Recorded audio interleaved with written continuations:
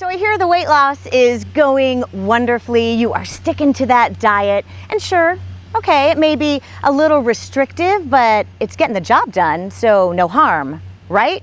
According to you, you're doing great. And someday, maybe you'll be able to go back to that slice of pizza or a piece of chocolate or eating all of those foods that your friends are eating that are not a part of your plan. But hey, you say you're doing great. But let me challenge that.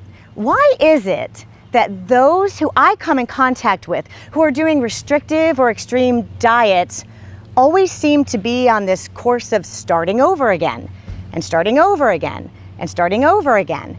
There never seems to be a stick-to-itiveness with diets like that, which makes me wonder, are you swimming in a river called denial?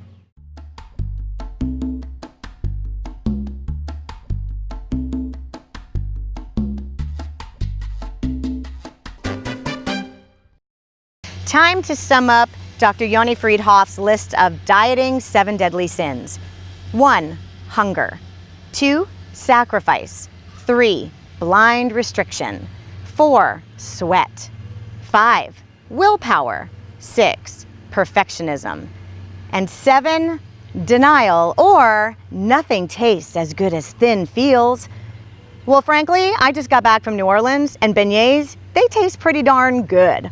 So let me pose a question. If your diet is going so great and it's working so well, why don't you stick to it? Here's why. While one is losing weight and the scale is decreasing, it's very easy to ignore restrictive eating and how miserable it is. But as we learned with past contestants on The Biggest Loser, once one loses weight and stops restrictive practices, that weight loss begins to slow down or even creeps back up. For many, maybe you, once weight loss slows down, it gets a heck of a lot easier to just throw in the towel. And this is especially true if your process is already miserable. But here's the truth. Weight loss will slow down once one loses a fair amount of weight. It's called metabolic adaptation.